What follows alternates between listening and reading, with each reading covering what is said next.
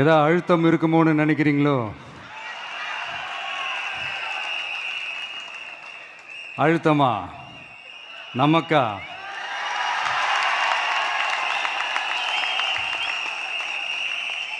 இந்த அழுத்தத்துக்கெல்லாம் அடங்கி போற ஆளா இந்த ஆளு?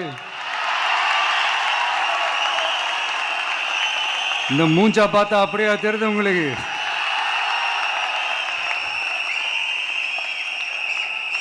அதனால் அப்படியெல்லாம் நடக்காது. அதுவும் முக்கியமாக நம்மக்கிட்ட அதெல்லாம் நடக்கவே நடக்காது. ஆனால் அழுத்தம் இருக்குதான்னு கேட்டிங்கன்னா இருக்குது. அது நான் இல்லைன்னு சொல்ல வரல. நமக்கு இல்லை, மக்களுக்கு.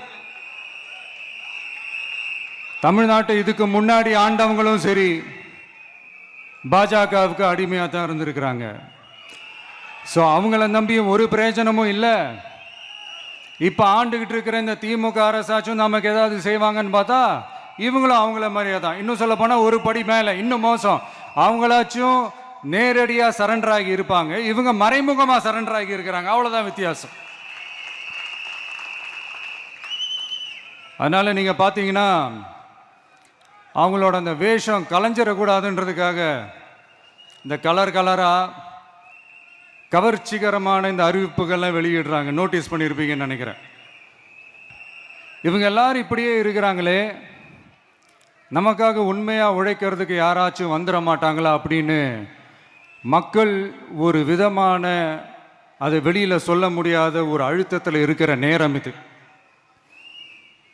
மாற்றி மாற்றி ஓட்டு போட்டு ஏமாந்து அவங்க இப்போ நம்மளை நம்புகிறாங்க. நம்மளுடைய இந்த தமிழக வெற்றி கழகத்தை இந்த விஜய் கூட நிப்பான்னு நம்புறாங்க.